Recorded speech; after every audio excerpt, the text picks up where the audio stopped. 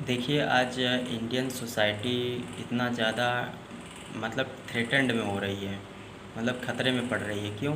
क्योंकि इसके पीछे का कारण है कि जो फैब्रिक ऑफ इंडियन सोसाइटी यानी इंडियन सोसाइटी की जो संरचना है, वो इस थ्रेटेंड काफ़ी ज़्यादा वो ख़तरे में पड़ रही है। इसके पीछे का कारण है कि हम अपने सोसाइटी को काफ़ी ज़्यादा डैमेज कर रहे हैं थ्रू, जैसे कि रैम्पेड करप्शन, बहुत ज़्यादा करप्शन हो रही है ना। और क्राइम के थ्रू, ठीक है, टेररिज्म के थ्रू हम हैटर्ड कर रहे हैं, नफ़रत कर रहे हैं सोसाइटी में एक दूसरे को, ठीक है। बहुत ज़्यादा हम जो है एक दूसरे को बाइगॉटरी यानी कि कट्टरतापन कर रहे हैं, ठीक है। और फिर फंडामेंटलिज़म, जो अपनी बात को उच्च स्तर तक समझे, अपन खुद का ही दूसरों का समझे नहीं।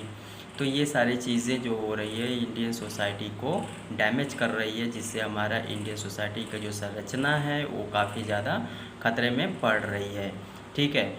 तो हमें इसकी क्या ज़रूरत है होगी, इसे बचाने के लिए, इसे सही करने के लिए हम क्या कर सकते हैं।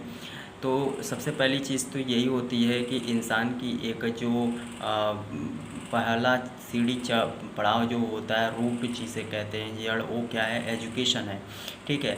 तो एक राइट एजुकेशन मिलना चाहिए, तो इसके लिए इसकी नीड है यहाँ पर, ठीक है, एजुकेशन की नीड है यहाँ पर।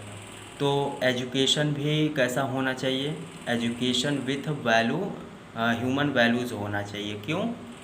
क्योंकि अगर एजुकेशन में human values, specially moral values होना चाहिए, नैतिकता वाली मूल्य होनी चाहिए, जो कि एक सही और एक ट्रू एजुकेटेड बनाती है पर्सन को, ठीक है।